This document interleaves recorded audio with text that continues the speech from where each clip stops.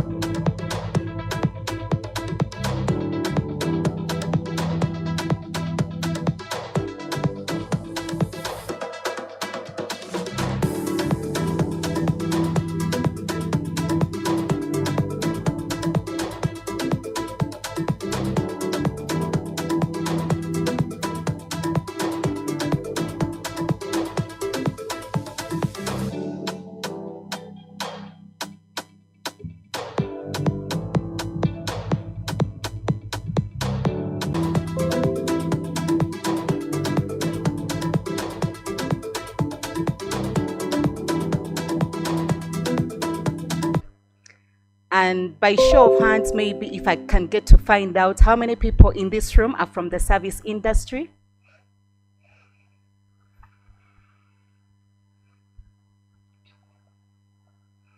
So I thought all the hands would go up, because typically, if you're working anywhere, you're serving people in one way or another, and we are trying to drive impact. So all of us here in the room are in the right place, and we are hoping that by the end of the discussion, we can all live with something that would impact us as human beings, and also the organizations where we work, and ultimately the greater communities where we serve. My name is Barbara Amongarinda. I serve at the Credit Reference Bureaus Association. I'm a lawyer by profession, and I wear so many hats. I was just joking about that a few minutes back when I was asking someone, how is it going?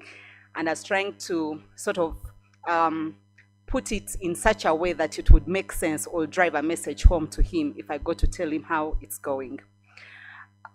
This afternoon, we are very privileged to have 5 panelists who come from very reputable organizations. I understand, I think all of them are also sponsoring this event, and we should give them a round of applause.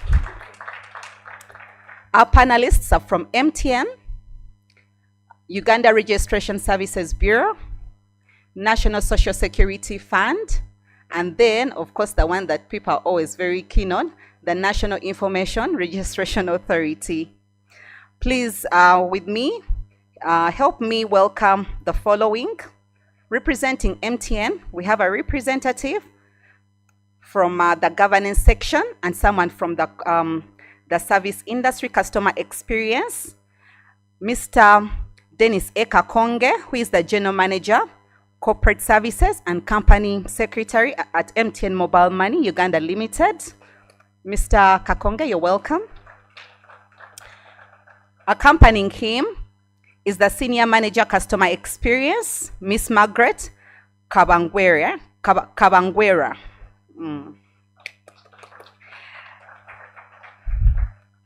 We are also welcoming Mr. Arthur Kwesiga. Mr. Arthur Kwesiga is the Commissioner, ICT and Innovation. Please put your hands together for Arthur. And then from representing the Executive Director from NERA, please help me welcome Mr. John Toa Bahemuka, who is the Manager Compliance and Enforcement. And then lastly is Miss Rachel Senge, who is the Manager Litigation from NSSF. You're welcome.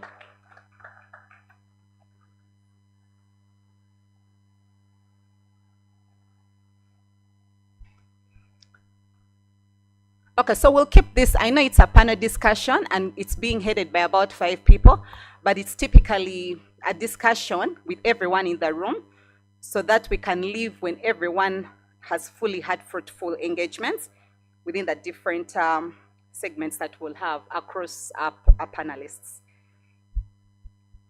So from the organizations that we've got representation, we see a lot of innovation, a lot of exciting things as ordinary citizens. I'm speaking from a point of an ordinary citizen right now.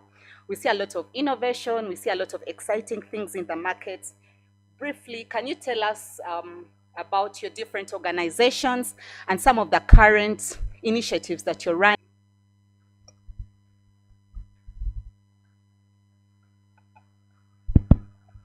Okay, thank you, Moderator Barbara, for this organizing this event. I'm called Arthur Kwesiga from Uganda Registration Services Bureau. I know most of you lawyers certainly know what we do. We do business registration, intellectual property registration, security interest in movable property registration. We also handle insolvency matters. So you can see we are really a center of registration. So one of the things that I can talk about that really are changing the way we do our work in URSB is the introduction of the AI-powered chatbot for customer support. We observe that many times, someone would call URSB to find out what are the fees for the different forms of registration. Where can I get the forms? How can I apply to get a registration? And we observe that by deploying this AI-powered chatbot on our website, we see that there is increased usage. And also this gives us the feedback on how our clients know about our services. So every time we review the questions that are being asked by the public, and we use them to again train the chatbot. And so every other time it is improving on the quality of its answers, and we find that this is life-changing to our clients. The other one I can talk about is giving options to our clients on the payment methods they want to use. So we have mobile money on our platform. You can pay by mobile money, you can pay by Visa, but also we have left the traditional method of payment of generating a PRN and walk to the bank or any financial institution and make the payment. So we find that our clients really need options. They really don't want you to force them into one line. If they want to pay whatever method they want to use, we always provide for that. Thank you. Those are the few I can talk about. Thank you. Thank you, Arthur. I will move to Towa, who is next to you. Yeah. Thank you so much.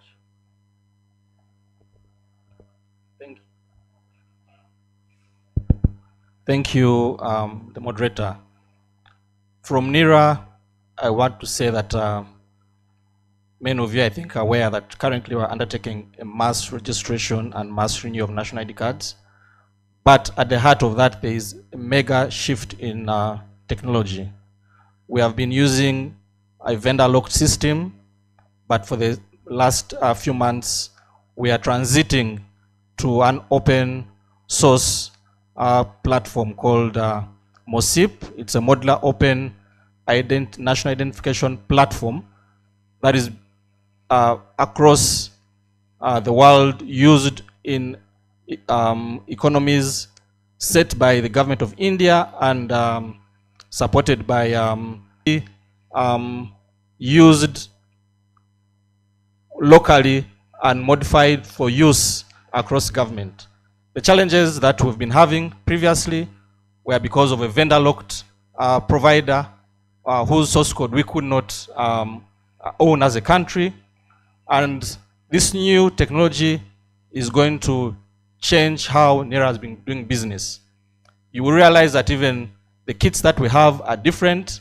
You realize that we are getting more biometric features other than the usual I've been taking, that is the fingerprint and face. I've added on the iris, and this is really meant to have everyone onboarded. The national ID is key. It's the foundation to digital transformation. You cannot talk about digital transformation without first and foremost fixing digital identity. So what we're doing right now is a fundamental shift from what we have been having as a system that has been giving us bottlenecks in as far as we want to give a real customer experience to a citizen of Uganda. NERA services affect each and every one, literate or illiterate, schooled or unschooled, the blind, the deaf. So you can see how big we need to have a system that. So this has been a deliberate move by government to ensure that no one is left behind, that everyone is enrolled despite their different physical abilities and disabilities. So for us as NERA, in the next few months, there's going to be a fundamental shift in our service provision to citizens. We have had the cries of citizens about how bad our services have been, how we have been delaying in providing services, but I can tell you that good things are coming. Thank you. Thank you. Thank you. I'm Rachel Nsenge from NSSF. We are a retirement benefits scheme. We collect contributions from employees in the private sector, invest them, and pay benefits to qualifying members. What is new at NSSF? I'm happy to announce that later this year, NSSF will be celebrating 40 years in existence. And our journey of digital transformation has been amazing. And I'm happy to announce that we're on the web. On our website, we have a web chatbot.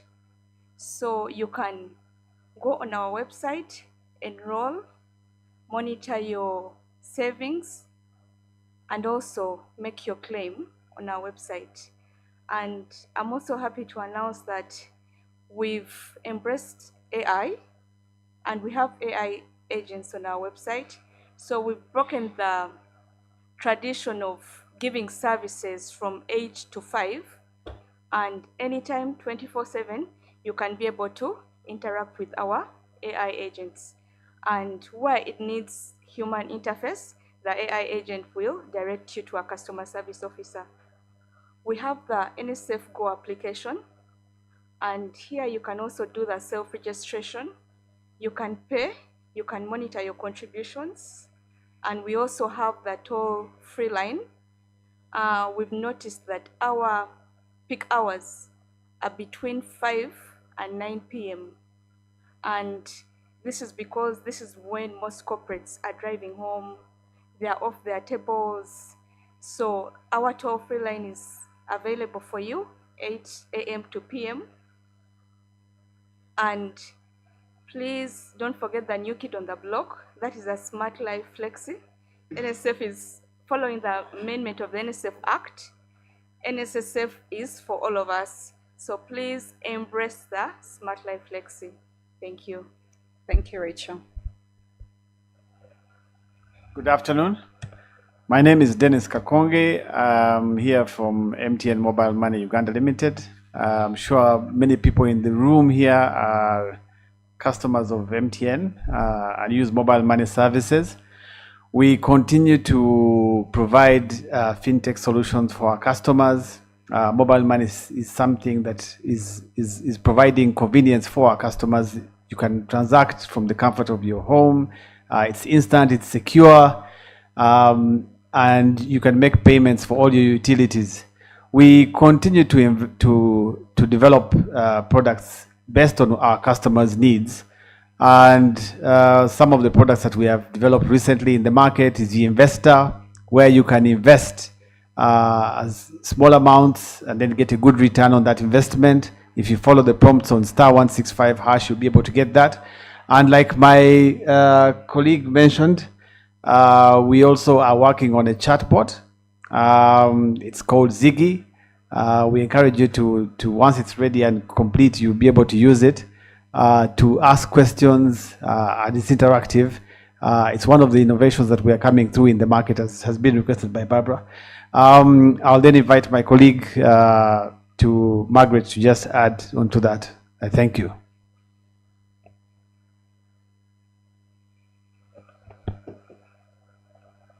Good afternoon, everyone.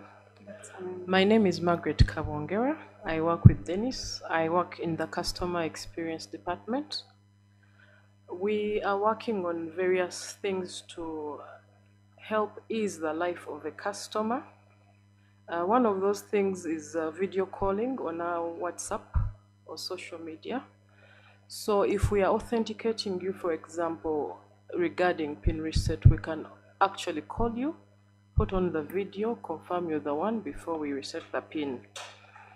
The other thing we are doing is around fraud monitoring. We have the capability on our system to pick up what we call phishing messages. Once we pick these up, we lock them on the system so that then fraudsters cannot send you this kind of messages. Our fraud monitoring system has predictive capabilities as well. We can pick up any unusual behavior on your calling pattern or SMS pattern or mobile money pattern, and we pick these up. Actually, customers never realize this, but we do it back end.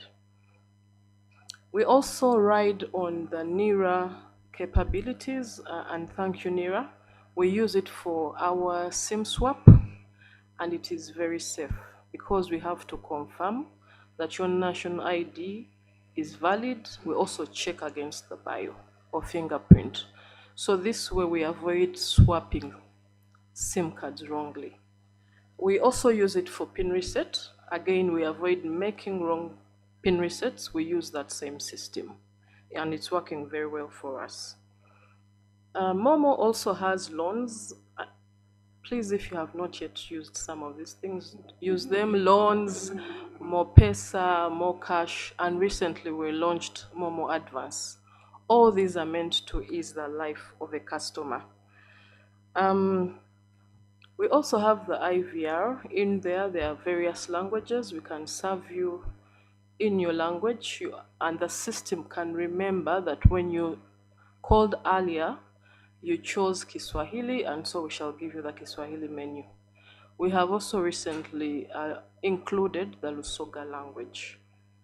Thank you very much. Thank you so much. So our panelists, from the introductions of what they do and what their organizations are doing currently regarding digital transformation to better serve the customers, they have clearly set the tone for our discussions today.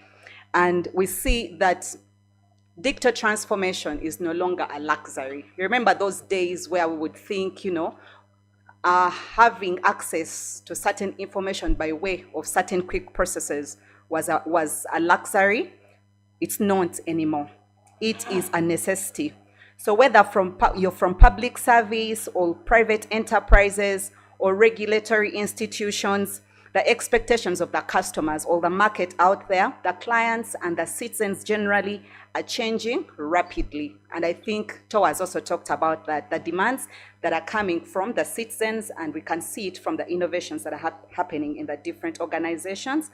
And therefore today we see that efficiency, transparency, convenience are paramount, and therefore technology, as they've put it out there, holds the key to delivering the customer's expectations. And therefore, we'll be delving into the different insights around leveraging technology to optimize processes and improve customer experience. And this we'll just start off with a round of questions from what you've said. We'll start with MTN. You are the last people to speak, but I'll still start with you. Considering that we have someone from the board, someone who works with the board, and we have someone from customer experience. I don't know whether we all know, but maybe I can say, maybe because I'm a lawyer, we know that the tone in an organization in terms of driving strategy, the board does that. So, Mr. Kakonge, if you can tell us, how does the board facilitate oversight of tech initiatives that aim to streamline internal operations while improving end user satisfaction? Thank you, Barbara. So, as like any organization, you have several levels of governance. So you've got the shareholders, the board of directors, management. So the board has an oversight role in ensuring that the company is working within and ensuring it's compliant with its obligations under the Articles of Association. This is not something that's new to most of the learned friends in the room. So from a digital technology perspective, one of the things that the board does is ensuring that as management, that the management focuses on the customer, because the customer is the most important part of the business. Without the customer, you cannot thrive. And making sure that there's strategic alignment. There are issues of risk, because we're in the mobile money space. We're dealing with customers' money. That has got to be taken care of by the risk management and the risk committee of the board, and ensuring that there's performance monitoring of the management team in what is being done. Now, the board typically doesn't get involved in the day-to-day running of the business, because they look at it from a strategic point of view. And what do they do? Make sure that you're efficiently operating, complying with the laws, complying with the regulatory obligations, and considering that we are dealing with technology. The technology that's being introduced, how does it, first of all, comply with different laws? I'll give you an example. When mobile money started, there was no regulation around it, but technology moves ahead of the curve. And so what the Bank of Uganda did is developed guidelines and authorized mobile money to operate. Now, from this point of view, the board has got to balance these growth needs, technology developments, and ensuring that there is compliance in an oversight role. So we have to get approval of the different committees of the board, and likewise go through the entire channel process of getting regulatory approval from the central bank, the National Payment Systems Department. But the first step of getting authorization would be from the board. And so if you come up with an innovation, for example, recently we have talked about Investor, where you can invest as low as 1,000 shillings. We go through that process of getting the sensitization with the board of directors, so that they are aware of what we are doing, assessing the risks, and then making sure we are compliant from that perspective. Then policies. We have different policies in organizations, like I'm sure our colleagues here have policies. Those policies have got to be approved by the different committees that you have in your board of directors.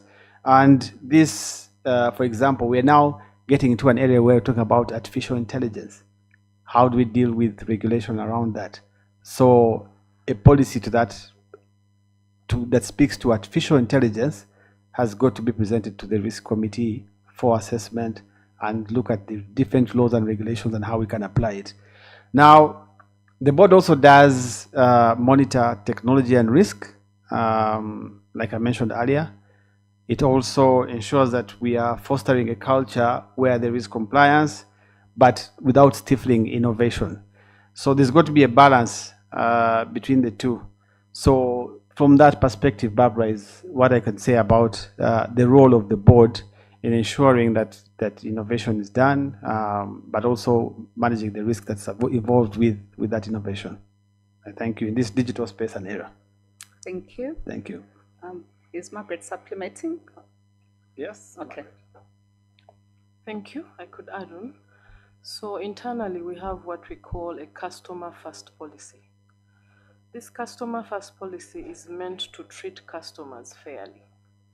In everything that we do, in product design, in processes, the customer has to come first.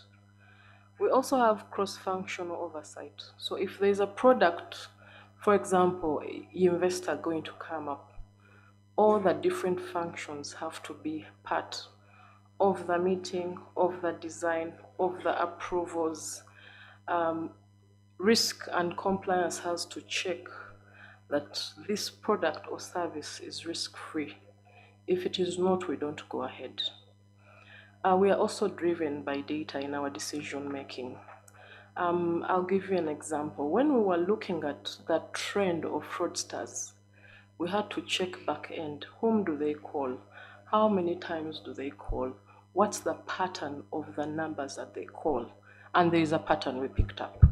When we picked up that pattern, we developed a way of predicting these fraudsters. I'm sure you have experienced a reduction in calls from fraudsters. It's because of that back end there is something that we are doing. Also, we have what we call feedback.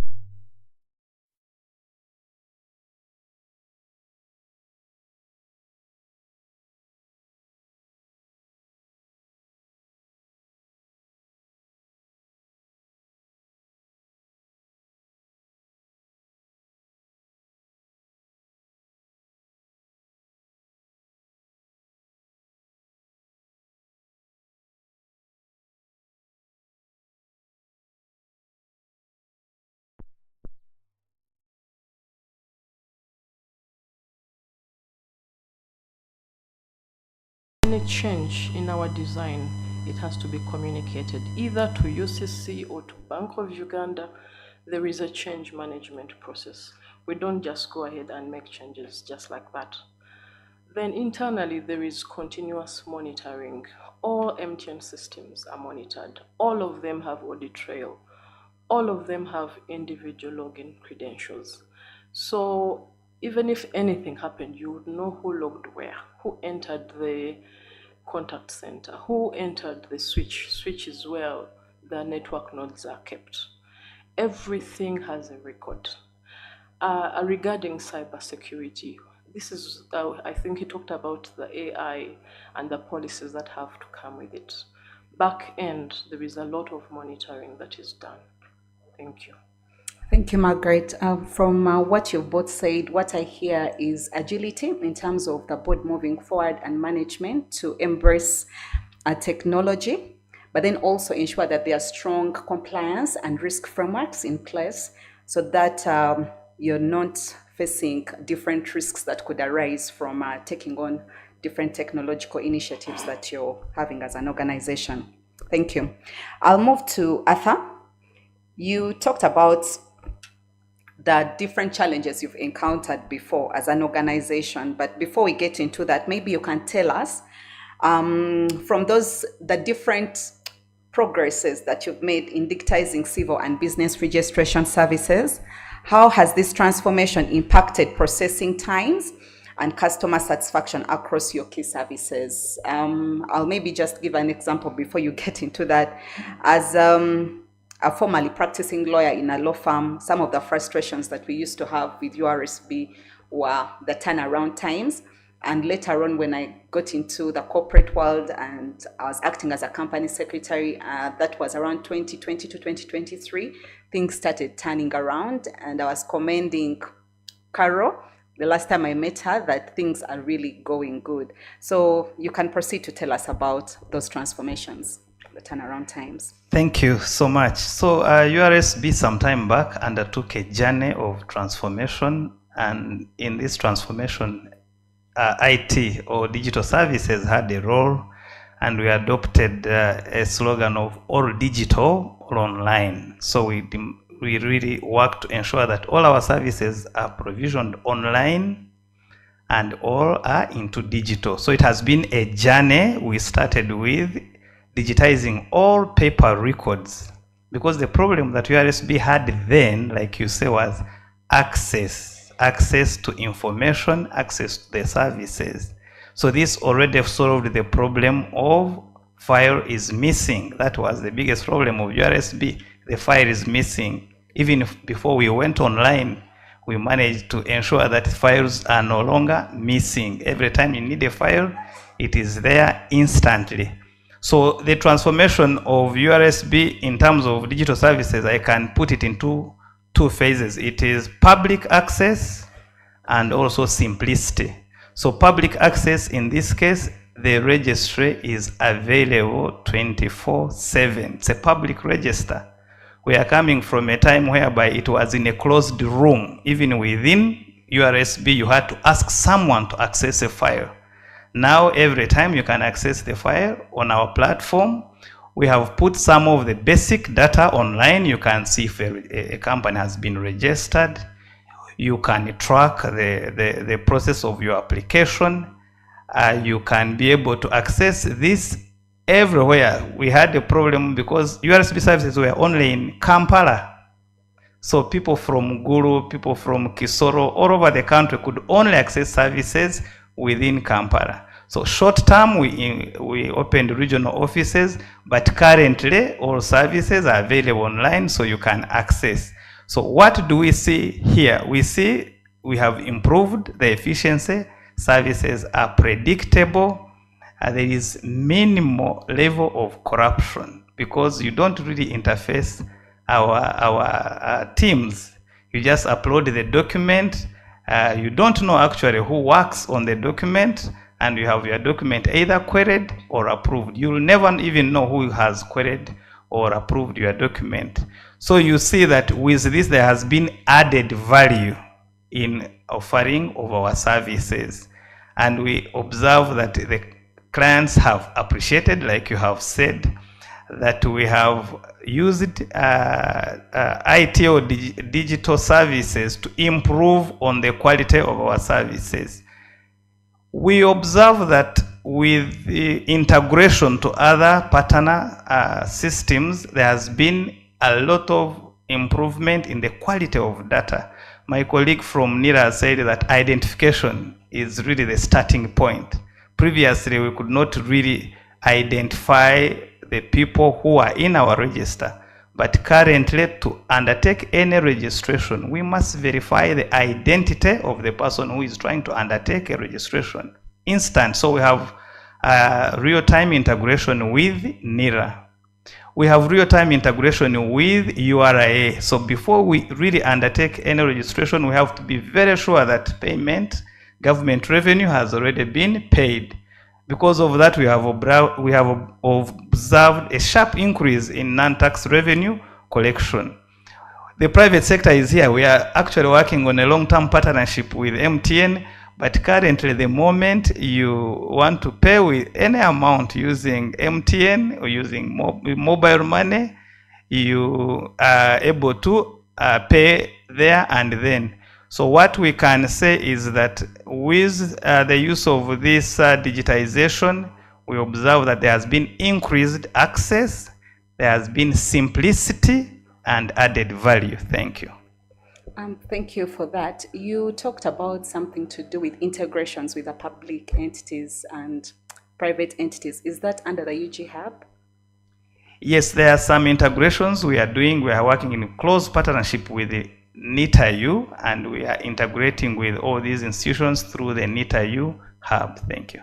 Yeah, I think the integrations for both private and the public sectors, those will be a game changer, because we know that data as it is such a game changer. So if you're from the private sector here, maybe you need to take note of the UG Hub, and that is something that can be explored after this panel discussion. You can engage with these parties and NITA to understand more. So you talked about identification, and I'll get to you, Towa.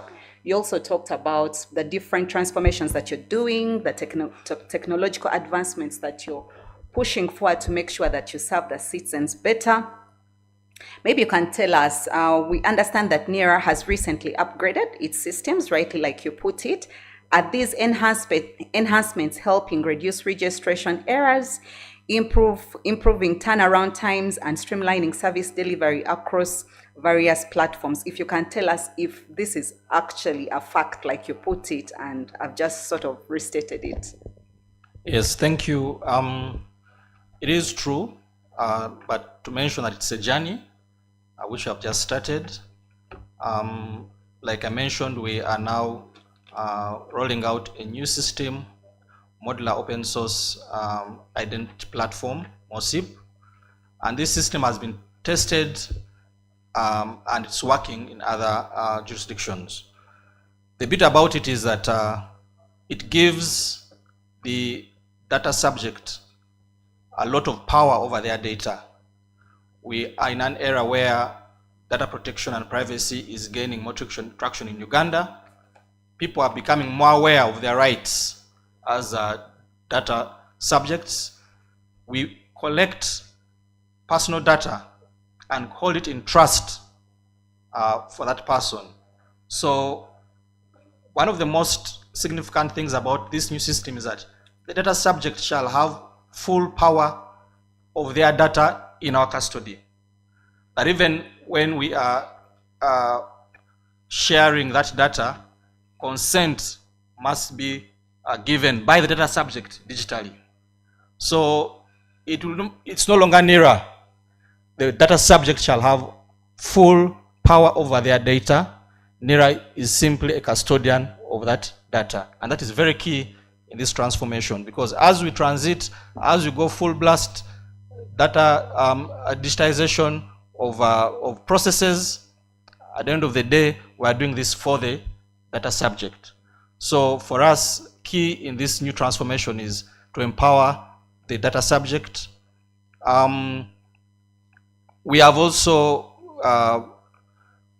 gotten to have online pre-registration services. People previously would mention that NERA indicated a wrong date of birth for me. NERA gave me wrong parents on my information. NERA put wrong information, which was not mine. But with the online pre-registration module, you are able to input your own data. You are able to confirm your own information, and then it will reduce errors moving forward.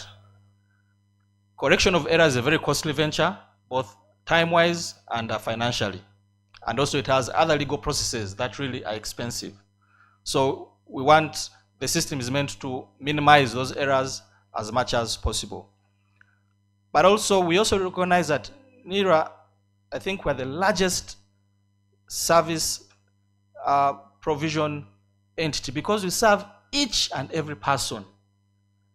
And the thing about it is that government makes it mandatory for service provision for it to present a NIN or an ID. Then we therefore have to make sure that the service is taken to the person, to each and every citizen of this country. Because we cannot on one hand make it compulsory, then on the other hand fail to provide the service to that person whom you put it as a rule to have a NIN or an ID to get a service. And the service is not only government but also the private sector, because it's by law that before you receive certain services, whether private or government given services, you must present that documentation. But because also that there are attendant benefits to it, it has considerably reduced fraud in this country. And if we are to go to the full extent of the enforcement, fraud really shall be minimized in all our processes and systems in government to the benefit of everyone. So the system is one, to empower the data subject, that moving forward you have full control over your data, and that will increase the trust that the citizens have in us who are the custodians of their personal and sensitive data. Thank you. Thank you. Well, to our sub-meeting, we kept on looking at each other while smiling, and it's because of engagements we've had with NERA, with the organizations I represent, with regard to accessing citizens' information, yes, identification information. And like he has put it, what NIRA is trying to do and what we've come to realize is that whereas they're empowering, their transformations are empowering the data subjects, they are also ensuring that they observe data governance, and that is very commendable. So well done. So Rachel, over to you. We also see, like you put it, that NSSF has rolled out digital self-service platforms and mobile apps. From a process optimization standpoint, what measurable improvements have you seen in service delivery and member satisfaction since launching these tools? Okay. Thank you, Barbara. Ours has been a very interesting journey from having a lot of records, paper records, to now a paperless space. And I will share our story, sharing the vital events that a member undertakes. Barbara, as you know previously, for registering to get an NSSF number, a member had to come to NSSF, queue up, we collect data, and then probably promise you that after 2 weeks, okay, after 2 weeks, you will be able to get your NSSF card. This is no more. As long as you have an in with the integration with NIRA, as long as you have an in, you can be able to go on to our NSSF app or our website and self-register. And in an instant, you will have your NSSF number. And the digital transformation has also helped the members be able to track their savings, be able to track if their employers are remitting for them, and for some of the benefits, for example, midterm access and the age benefit, a member can be able to submit a claim online through our online portals. The other vital event is to do with the employer. There was a lot of defaulting because of inconvenience. Employers didn't want to come and file returns. Employers didn't want to come and register. But with the online registration, an employer can self-register. Lawyers, you're very busy people. We don't want you to leave your chambers to come to the fund and queue up and register. So you can do this using the NSF Go app and also on our website. And we had a lot of issues with our data because employers would bring checks and would bring physical schedules to the fund, and then we had the data entrants who would capture the data and credit it on a member's account. Now, you know, there was a lot of human error. If I can give you an example of an employer, say a security company that has 200 employees, and you have someone capturing this data, it will take time, it will have errors, but because of the digital transformation, an employer just has to log onto our portal, generate a transaction registration number, upload the electronic schedule, pay, and immediately we receive the money, receipt it, and your statements will be credited immediately. So we've registered a lot of efficiency, and what we are advocating for in our digital transformation is giving our members easy access, convenience, comfort, and we do not want the expense of members moving to our office, spending transport, and we want you to work in your chambers. And another thing that the lawyers were complaining about were the clearance certificates, coming to NSSF and complaining and applying and queuing up for clearance certificates, and it would take maybe 1 or 2 weeks. But now that is no more. You just have to go to our website and apply for a clearance certificate, and this will be emailed to you the same day. Barbara, also allow me to talk about our journey when it comes to benefits. There was a lot of noise that the fund wasn't paying, and One, it was because of the lengthy processes. First of all, when it came to the data, because of the human errors, the data had errors. But now with the digital transformation, when an employer uploads a schedule, it's able to flag and say, this NSF number is wrong. It doesn't align with the name. So immediately the employer is able to rectify that. So now, because of the digital transformation, we have clean data, and the benefits processing days have been reduced. For age, when we're paying, previously we would pay probably say in a month, the days have come down to probably 5 days, 5 working days. For those of you who have gotten midterm access, you can attest that midterm access, we pay between 2 to 5 days. And because this is because of the digital transformation and the fund, and also the clean data that we now have. Thank you, Barbara. Thank you. You've actually answered my follow-up question on the turnaround times. So I think we've heard from each organization what they do. Clearly, you guys are pillars in this ecosystem, and what you do is interlinked to one another. What stands out for me is the need to ensure, because we've said everything somehow is hinged on the NERA database, because people are serving other people, and I know many times we commercialize the data, but it's still attached to individuals that are being served.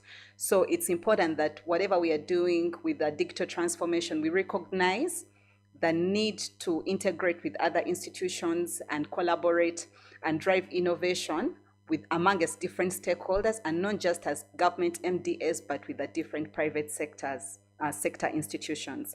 So maybe a round of questions for you, if you are to just give us a few hints into your next big move as organizations.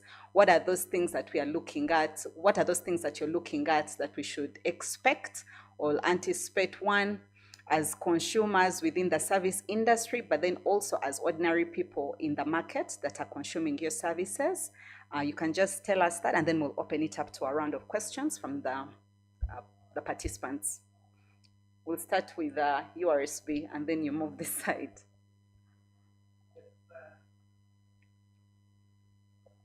Thank you for that question. What we are looking at doing is really addressing some of the challenges that we currently have. And one of the challenges we can say is to really be keen on cyber security, ensure that the data that the citizens have entrusted with us is secure. So we are trying to deploy measures both internal and also customer facing to improve on that. That's why you see you try to deploy like a digital signature solution. We try to employ solutions like double authentication. You know, we send you a mail, we also send you an OTP to ensure that really we verify that the person interacting with our system is actually that real person that we are supposed to avoid this challenge of identity theft. We are also been given a mandate of actually developing what we call a non-individual register or a legal entities register. We are trying to make sure that every entity which is not a natural person, but they do business in one way or another, they buy and sell services or products, they are always confusing them as businesses. So you find a company, a cooperative society, a trust, the public confuses them as either companies or as any legal entity that does business. So now government has said that put all this in one house so that we have two identities in the course of doing business. You are either interacting with an individual who has a NIN, or with a non-individual who also has what we have defined as entity registration number.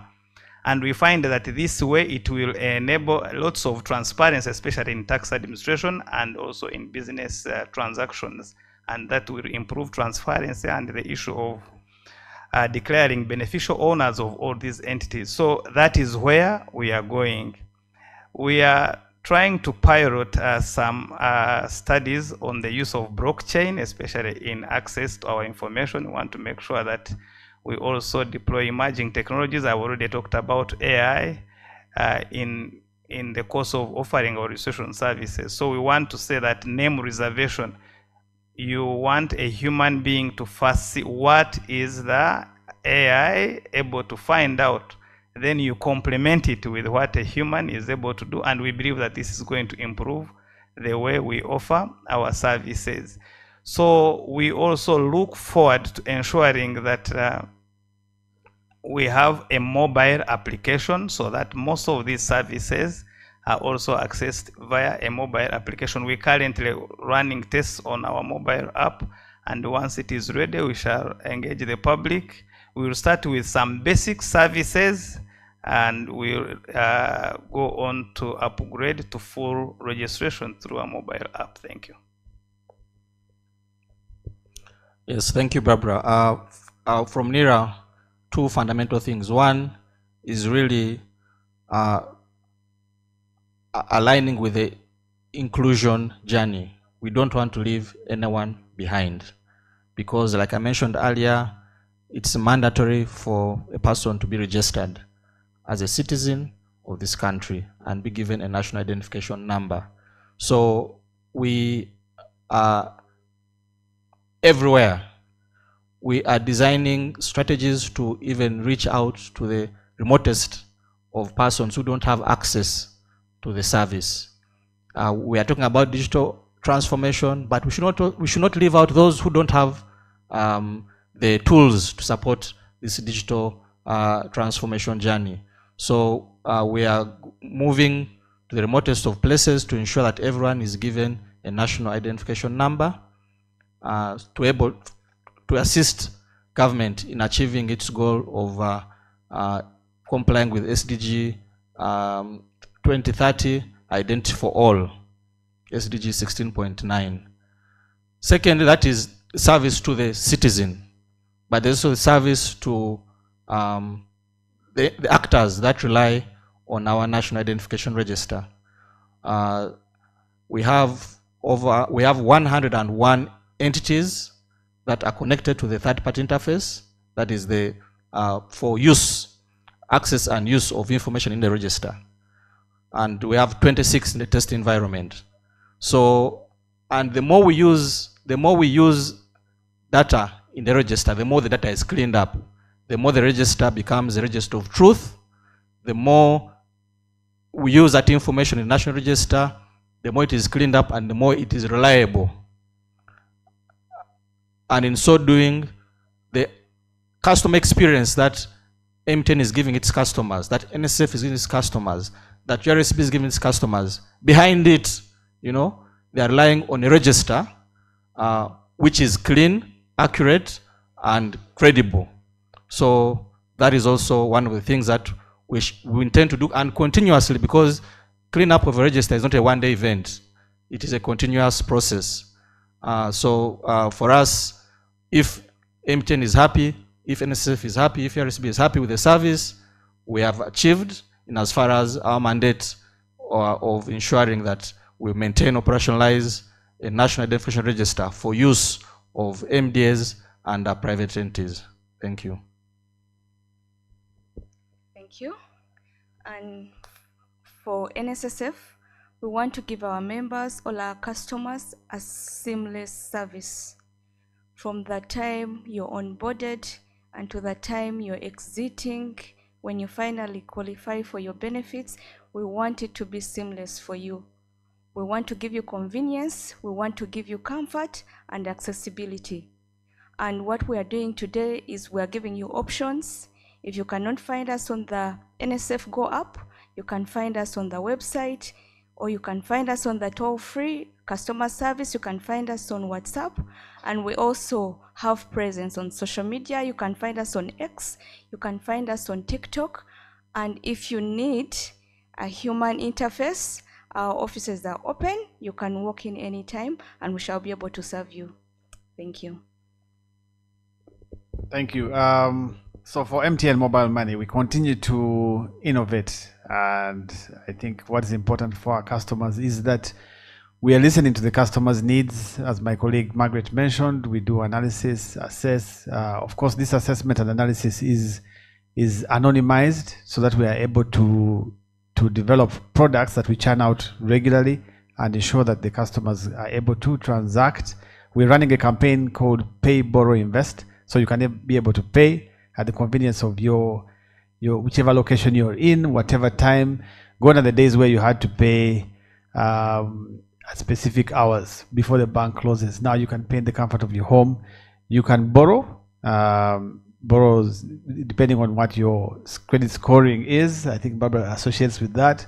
And I'm sure you get prompts on your phone asking you to, if you've run out of money on your phone to make a payment, you can always get, it's a short-term facility and make that payment. You can invest. I mentioned the investor, where you can invest as low as 1,000 shillings and get a return. And this is something that we encourage all our customers, and also especially the learned friends in the room, to get into. We spoke about what is coming is interactive chatbot, use of AI. So we are working on these so that we can have them rolled out soon, and so that the customers are able to transact and get information easily, especially for those who are using their smartphones. We're doing registration, like my colleague from NIRA mentioned. One thing that is very important is the national ID. So for now, the registration of customer journey, registrations are electronic. You don't have to do with paper anymore. So everything is done at the SIM selling outlet electronically. So in this era of digitization, we are trying to make sure that you are able to get as much as possible from the digitization era. I'll invite my colleague Margaret to add. Thank you. If you are an MTN customer, you realize that we have many apps. There is My MTN app, Pulse app. Can you hear me? Okay, is this better? Thank you. I was saying that we have many apps on MTN. That is My MTN app, Pulse app, IOBA. So what we are working on is consolidating all these apps into one super app so that it's more convenient for the customer. We are also making some improvements on the Momo app to include facial recognition and the bio, so that in case you forget your PIN and need to reset it, you don't need to engage anybody. You can actually do it by yourself. He's talked about another system. We will do away with paper, so that at the point of registration, you don't need to fill in those many papers. When you call the helpline, we are working on consolidating all the traffic into one, so that if you call the helpline and it's busy, you can be routed to any of our digital channels. Thank you. Thank you very much. Very great insights. At this moment, I'll welcome questions. Our friends joining us online, please type in the chat any questions that you may have for our panelists, and the participants that are in the room. You may just put your hand up and then give us your question, or if you're a privileged kid, you just stand up. Now you put your hand down when I mentioned privileged. Okay, go ahead. Yes.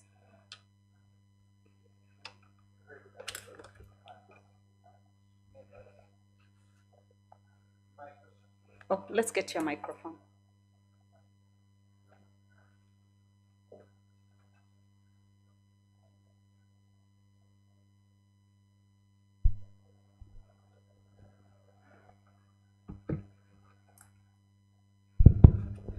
Thank you.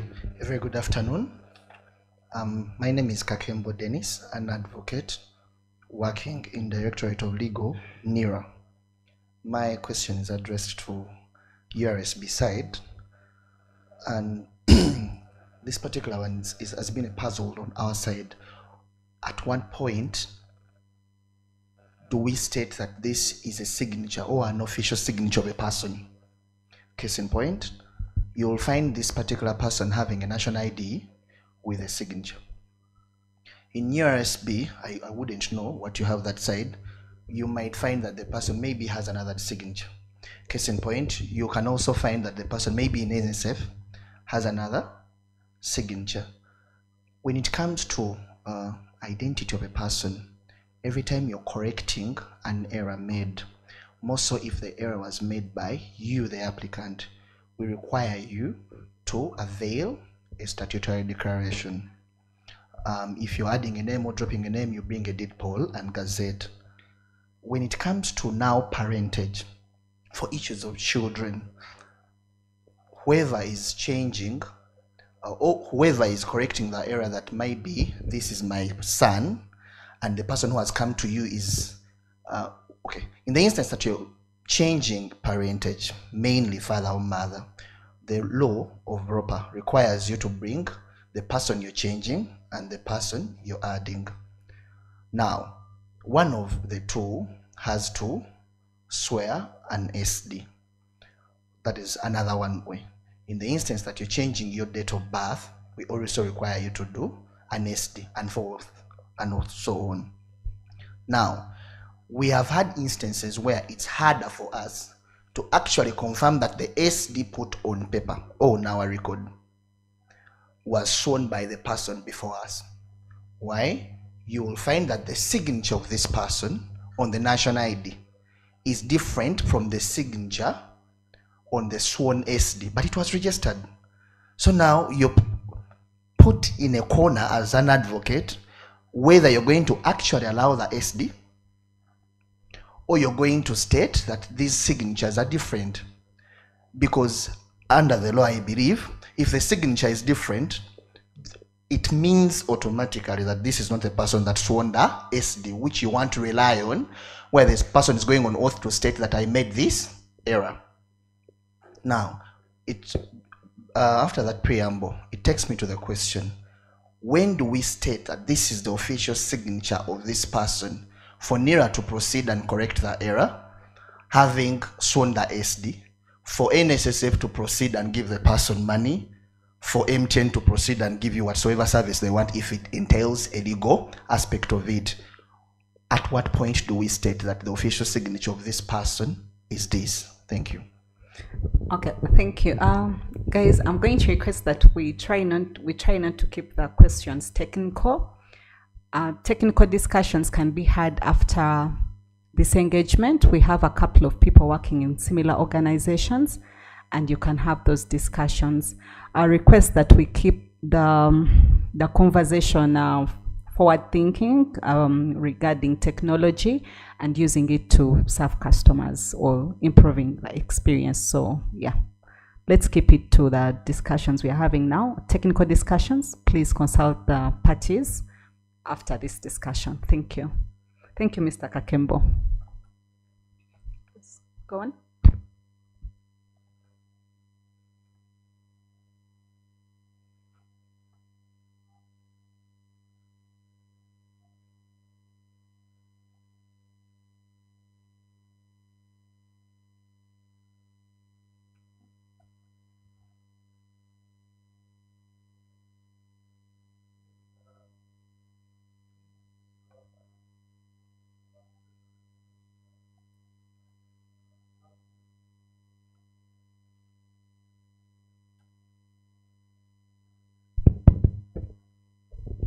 Thank you so much. Once again, my name is Isiko Arthur, the Treasurer of Uganda Law Society. My first question or concern in terms of customer experience, when it comes to Uganda Registration Service Bureau, URSB, especially when it comes to the Intellectual Property Department, where one can apply for a certificate of renewal or a certificate of assignment. As customers realize there is an issue of digital transparency, with the certificate of registration for the trademarks, your trademark is clearly put on the digital certificate.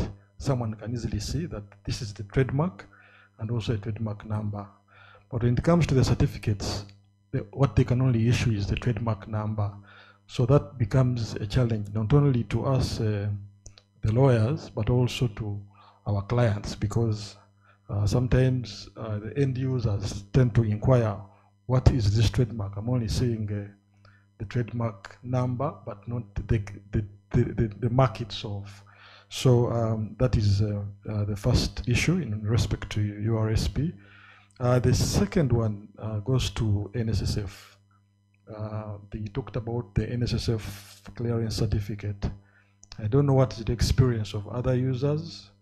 Unlike Uganda Revenue Authority, where you can easily generate your assessment for whatever payment you want to do, with the NSSF, with the payments for the money we're supposed to pay for NSSF, it becomes quite challenging, and it is something I've always brought forward, that if you could make it more user-friendly, because someone has to download, then manually insert, then upload, and yet it could be something where someone just has to tap certain information within the online system and he gets his assessment. So those are my two concerns or customer experiences. Thank you so much. Thank you. So from your comments, you're more or less giving recommendations. So URSB and NSSF, kindly let's take note of those two. Next.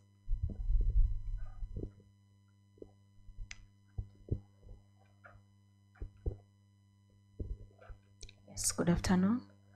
My question will go to Mr. Kwesiga.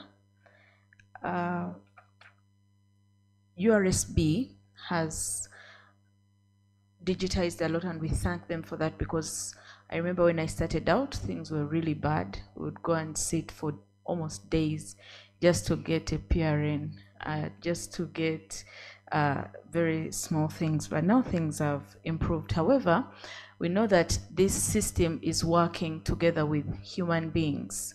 So for example, when you send, you have filled in your application, on the other end is a human being who is handling and either deferring and all that. What I have had a lot of complaints coming up about is that now it feels like the system is being frustrated by the humans on the other end. So given that this is happening rapidly, how is URSP planning on helping its customers to deal with things which are on the surface, like simple interpretation of laws, simple queries when it comes to small things like names? You have to really escalate for a simple name to go through. You know, it's very frustrating. So. Go on. Thank you very much. My name is Hope, and my question goes to the team from URSB, which I think is general. It would perhaps go to all the panelists, but specifically it goes to URSB. This is in regard with checks and balances. We appreciate the leap that you took with digitizing your services. However, I will just give a simple example. One has sent in a resolution that has to be registered by URSB. It's registered within minutes and sent back to us as the clients. However, I've always wondered to myself whether URSB has checks and balances on its end to ensure that before a particular person who is handling my resolution or any other client's resolution, they have actually done background work to ensure that, number one, the persons that have signed on this document are the people intended to sign on it. They're actually the very people that signed on it. And why I'm asking that is I have had two incidences in practice whereby this month a resolution was executed adding an individual as a signatory to a bank account. After 3 weeks, a resolution was executed, purportedly signed by that very individual, removing them as a signatory. and then adding another individual. Later on, of course, you realize their signature was forged. So I keep wondering to myself is that in the era of digitizing your services, have you considered perhaps partnering with people like maybe from the government analytics laboratory to always have these balances and checks, let me say, to verify someone's signature? If I say myself, Hope Segong, I say I have signed on this document, am I the person that really signed on this document? Because yes, we are having a terrific speed at which we are running in the digital era, but whereas the speed is that terrific, even the fraudsters are actually getting smarter in this era. So my question is really the checks and balances, because we are having issues on that. Thank you very much. Okay. I think that should be the last question. Online, people online, I see one question only, I think from EMM. Agnes, are you typing? Okay, something has also come in from Agnes.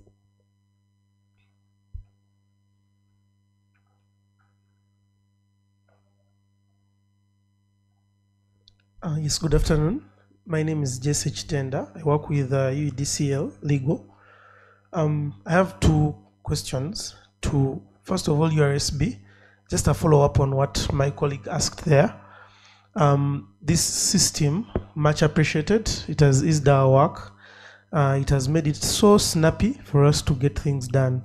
However, my issue is that when you submit a document, sometimes fully signed, everything is there, you've paid, it will be rejected. And the reason will be given that the signature is not authentic. It's not the person who signed that document.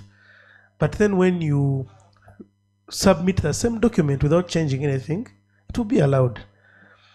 In the same instance, and I've done this 3 times, I've submitted a statutory declaration, it has been refused that the person who signed it, the signature does not match the system. They rejected, I took a cup of tea, I submitted the same statutory declaration and it was accepted. I've done so with a resolution, I've done so with Form 20. So I'm wondering, are there some standard operating procedures where every person who is handling our work follows? Because it seems people sometimes act on emotions. Then to MTN, thank you for the service. We deal with service delivery. And I'm just wondering, we've had so many complaints regarding customers saying that payment through MTN, I would have asked the same if Airtel was here, that the costs Airtel are high. is here, but continue. They are here. Well, they'll answer over lunch. So for MTN, I don't know if with these innovations that we've been hearing, great future, we look forward. Are you considering cutting down the cost of access to utilities? Because if someone is going to spend a lot of money buying units from your end, then it defeats the logic of someone using your system to buy these utilities. So I'm wondering if in these innovations that you keep on getting, you are trying to also minimize the cost so that they remain user-friendly. Thank you very much. Thank you. We also have 2 questions online. But just to talk about what he said, we're having a discussion yesterday within the space I work in, and the argument was how we promote access of, we keep saying we are trying to create access for ABCD. From where I come from, let's say credit reports access to the data subjects. And the question was, if the cost is prohibitive, of course, prohibitive is what? Subjective, relative. What do you say? Subjective. It's relative, okay. So the cost is relative. Someone can stand someone and say it's high or low, but then sometimes the argument is if you're trying to promote accessibility of a product, usually the cost is also something that could defeat the purpose. So we'll, I'll ask URSB. Everyone was going after URSB, and it sounded like the questions, I could just fraction them in two things: checks and balances, the people behind the systems, and of course these other things that are operational. if you can summarize and maybe respond to the parties after here in person, that would also be helpful, and then MTN can also respond. And also the questions online, they're also to RSP. There is one coming in from Emma, I think. Ipsos interface does not give feedback, so are inquiries by email unless they are over prompted. And then again, Agnes, and is this Agnes from NSSF, I think? This is further to the question about checks and balances addressed to URSB. How do you verify documents relating to estates of deceased persons? Let's start with MTN, and then you can conclude URSB.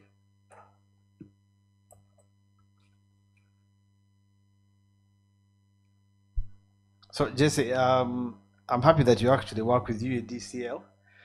As you're aware, first of all, what the customer pays, there's a portion that is retained by UADCL. It's a revenue share. So I think this is a journey we can take on together. But we view our costs as very first of all, like as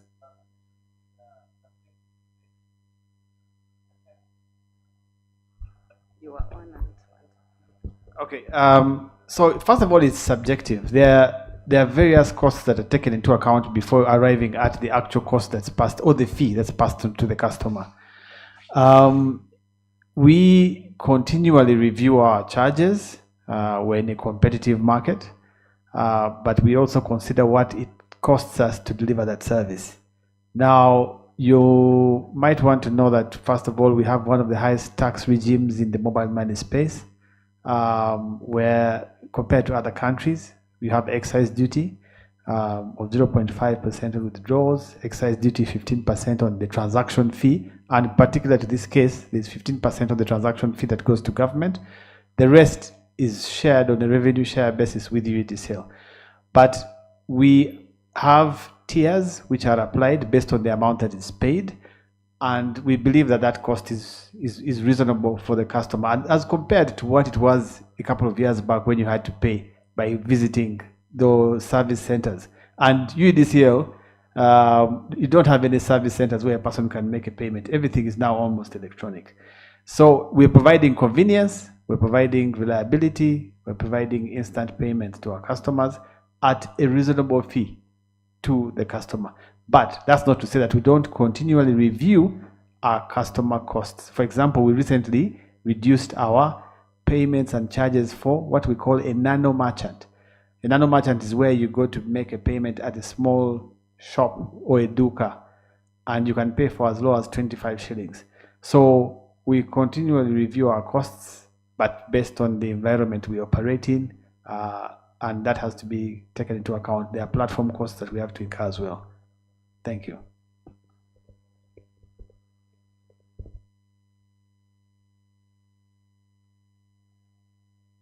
So I will try to answer the questions that were posed to URSB. I have my colleagues in the room, and they will try to get in touch with you so that they give you more reliable answers in case I don't satisfy your question.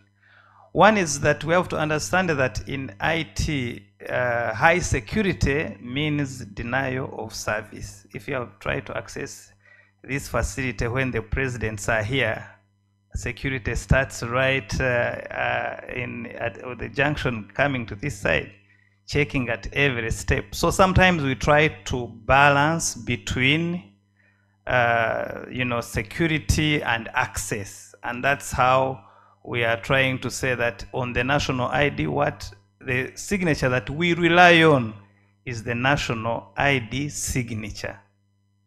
But you also know that there is a human being behind this who looks at the signature and compares between your resolution and the national ID signature, and it is discretionary, really. So someone can approve it, and another one, even if you go to the bank, you cannot sign several times and you sign.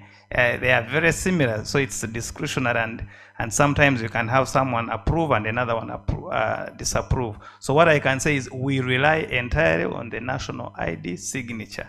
If they really don't match, then we query the application. We are supposed to sign again. If you really cannot convince the person, the registrant, the registrar rather, then you may be required to go to NIRA and maybe make a new signature. So that is what we rely on.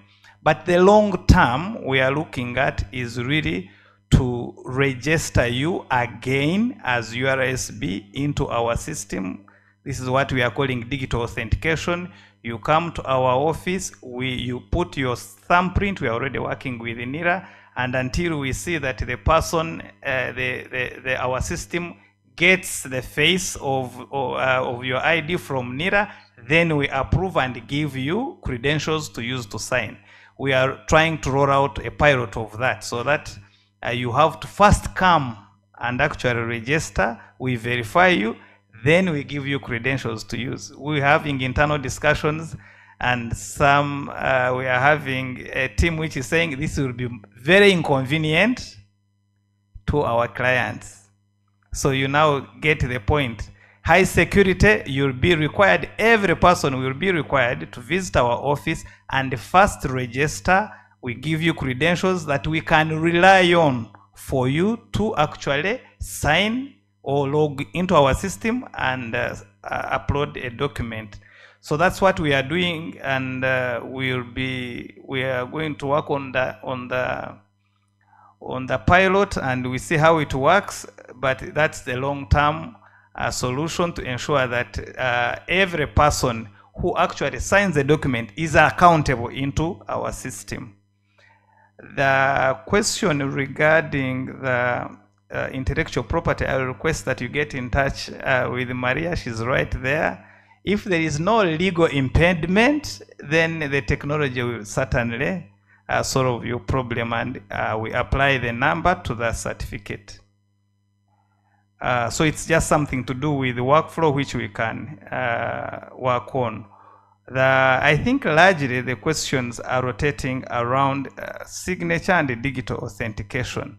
And it is also not a URSB problem. It's an industry problem, you know, especially from the Law Society. We need to come up with a clear way on how we handle such issue regarding like the digital authentication. We still largely rely on the wet signature. The industry is going into a completely digital signature that will require you to register and authenticate. And then there is another question of saying digital divide. How many people are you leaving behind who don't have smartphones, who don't have access to the digital signature? Also, use of a digital signature will incur some cost. You know, every time you sign, there's some cost involved. So it's a discussion that is ongoing within the industry. We are planning to call our key stakeholders and agree on the way to move forward on that. I thank you. Thank you very much. Join me thank our panelists for the wonderful insights. And right now, I would like to welcome the treasurer, who will be giving out some, I think, appreciation packages. Once again, thank you so much, our panelists. We really appreciate.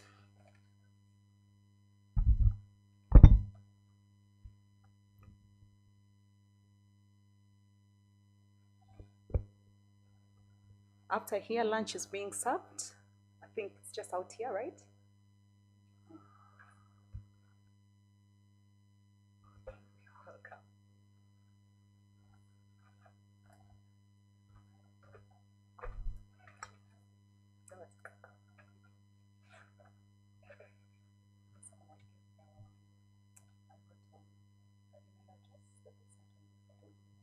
Oh, you want the list of these guys? Yeah, okay. Okay.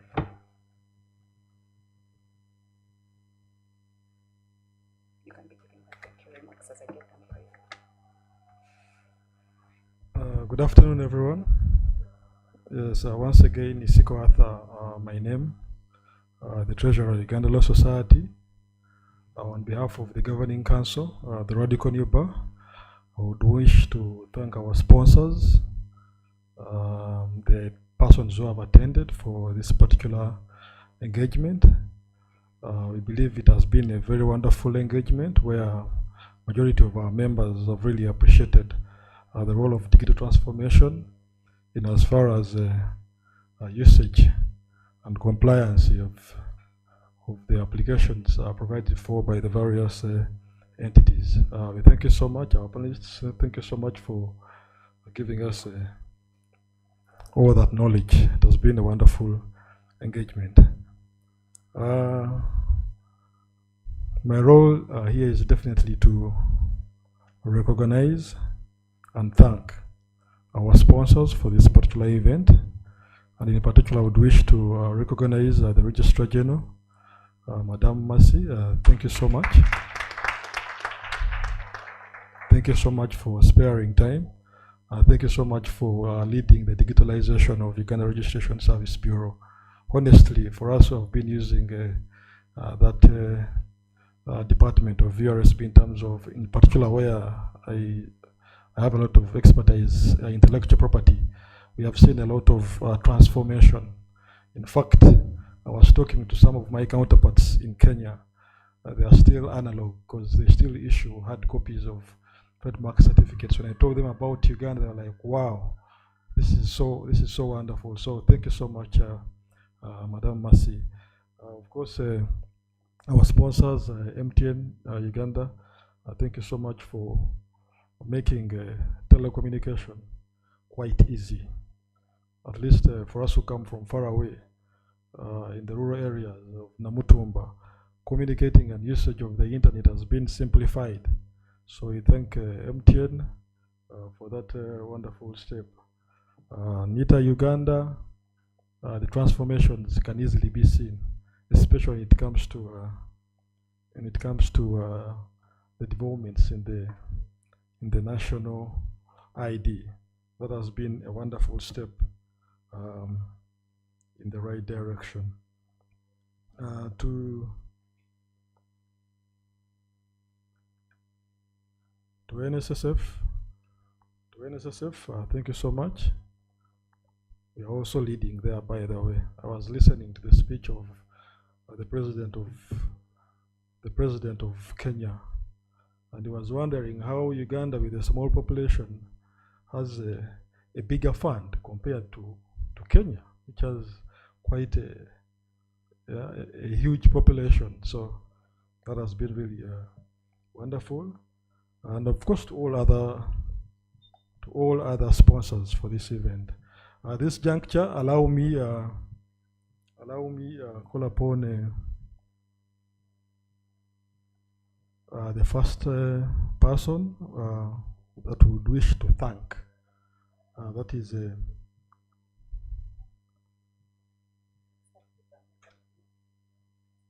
let me begin with Mr. Dennis Kakonge from MTN. Allow me call upon you. This is a small token of appreciation from Uganda Law Society. Thank you so much for partnering with us and sponsoring this event. Thank you so much. The next person is a representative from Uganda Registration Service Bureau.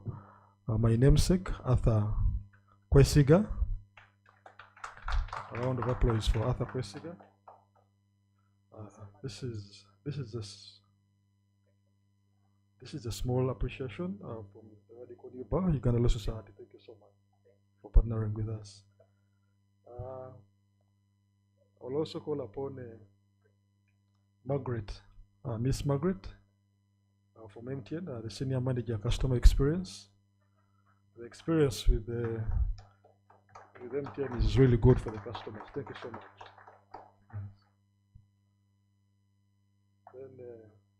Then NSSF, Miss Rachel Nsenge, the Manager Litigation.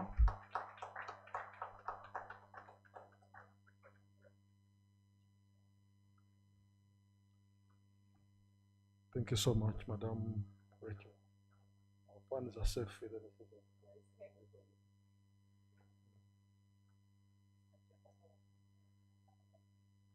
Then Mr. John Toa, sorry for that that is NIRA, Manager, Compliance and Enforcement.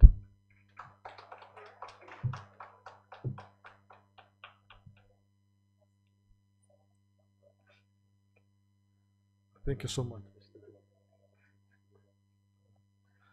Then lastly, the moderator, the MC. Thank you so much for ensuring that the discussions follow on smoothly. Really appreciate that. This is a small token from the Uganda Law Society.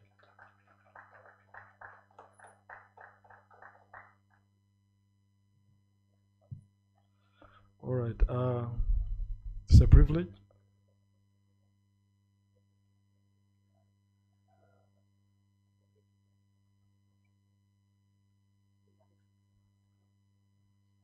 Lastly, I request if we could have a photo moment with all the panelists before we shoot out for the lunch, as clearly brought it forward by the moderator.